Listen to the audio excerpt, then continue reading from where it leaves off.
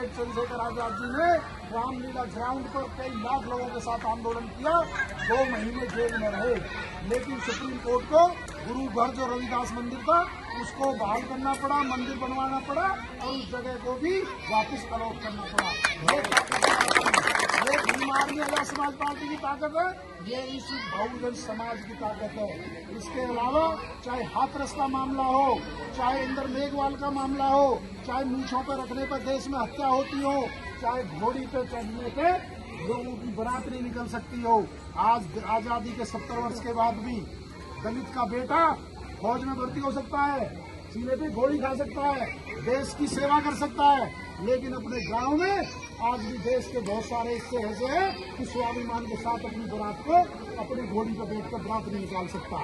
इसी लड़ाई को मजबूत करने के लिए एडवोकेट चंद्रशेखर आजाद जी ने पूरे देश में जहां भी ऐसे अत्याचार होते हैं वहां पूरे फोर्स के साथ, पूरे सुरक्षा के साथ, गाजे बाजे के साथ हमारे भाइयों की बारातें निकलती हैं। मैं कहना चाहता हूं आपसे, यदि आज मूछ रखने पर देश में हत्या होती है तो मूछ रखना भी एडवोकेट चंद्रशेखर आजाद जी ने चलना सिखाया है। उन्होंने अच्छे कपड़े, अच्छे स्वाभिमान के साथ जीना सिखाया है। आज किसी भी जिले में चले जाओ, थाने में जाकर अनेकों चंद्रशेखर आजाद जैसे भाई, कपिल आजाद जैसे, दिनेश आजाद जैसे, हीरा जाटव जैसे, अमित आजाद जैसे भाई अपनी बहनों के समाज की लड़ाई लड़ रहे हैं थानों में।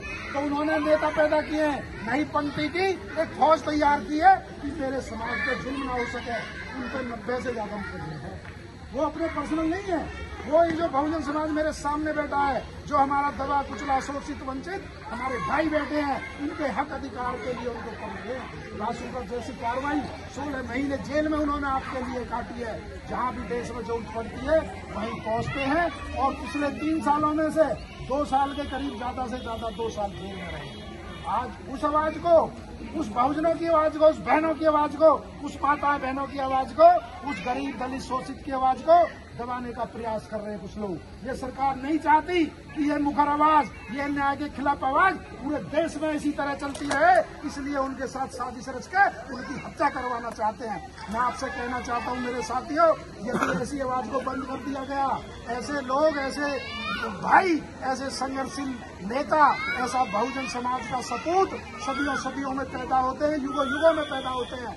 आप उनके हाथ मजबूत करो, आप उनको मजबूत करो, नहीं तो और लोगों के पैरों में आप पड़े रहोगे और लोगों के दरबारों पे आप हाजिरी लगाते रहोगे। यदि आप अभी तो आपने उन्हें वोट नहीं दी, अभी तो आपने उनकी कोई सरकार नहीं बनाई, ना उनके MP MLA बनाए, आज भी उनके नाम से, भीम आर्मी के नाम से थाने में यदि कोई अपराध होता है, किसी थाना क्षेत्र में मुकदमा दर्ज नहीं हो रहा होता और ये पता लग जाए एडवोकेट चंद्रशेखर आजाद जी आने वाले हैं या भीम आर्मी की टीम यहाँ आने वाले हैं, तो मुकदमा दर्ज हो जाता है और आरोपी सलाखों के पीछे होता है। ये आपकी ताकत है, ये एडवोकेट चंद्रशेखर आजाद की ताकत है। मैं इसलिए कहना चाहता हूँ, वोट अभी आपने दिया नहीं है, लेकिन कम से कम उनके साथ खड़े हो जाओ। लोकतंत्र में सर देने जाते हैं, आज उनको सुरक्षा, उन पर ऐसा कातिलाना हमला होता है और उस हमले के बाद भी आरोपियों का कोई रिमांड नहीं होता, आरोपियों से कोई पूछताछ नहीं होती। यदि किसी और जाति के आरोपी होते तो वहाँ बुलडोजर चल जाता, वहाँ पर रासुका लग जाती, वहाँ पर घर तोड़ दिए जाते और पूरे देश में खूब बताया जाता कि इस जात के लोगों ने हमला कर दिया।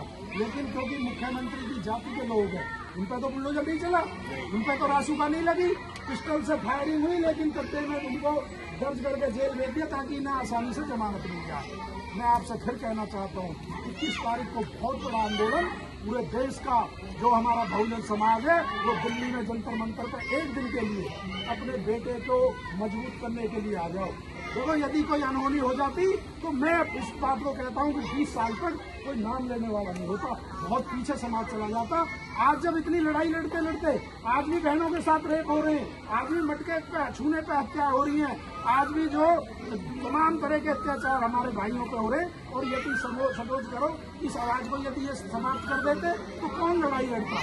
इसलिए मैं आपसे कहना चाहता हूँ, 21 तारीख को एडवोकेट चंद्रशेखर आजाद जी, आपका खून, आपका भाई, आपका बेटा आपको दिल्ली आह्वान कर रहा है एक दिन के लिए। वो पूरा जीवन उसने आपके लिए समर्पित कर रखा है, पूरा जीवन वो पूरे देश में आपके लिए जाता है, लेकिन एक दिन आप उसके लिए जाओगे, उसकी सुरक्षा के लिए। हमारी तुम्हारी जिम्मेदारी है कि उसको सुरक्षा दिलानी है।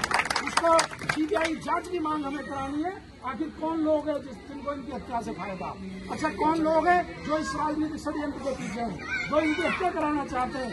तब तक हमें ये बात पता नहीं चलेगी तो कोई आने वाले समय में फिर हमला हो सकता है।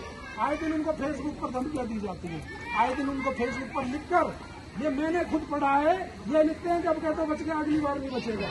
लेकिन सरकार उनके खिलाफ कोई कार्रवाई नहीं कर रही, क्योंकि सरकार चाहती है कि ये, क्योंकि सबसे ज्यादा विपक्ष की भूमिका यही निभा रहे हैं और पार्टियां तो शांत बैठी है।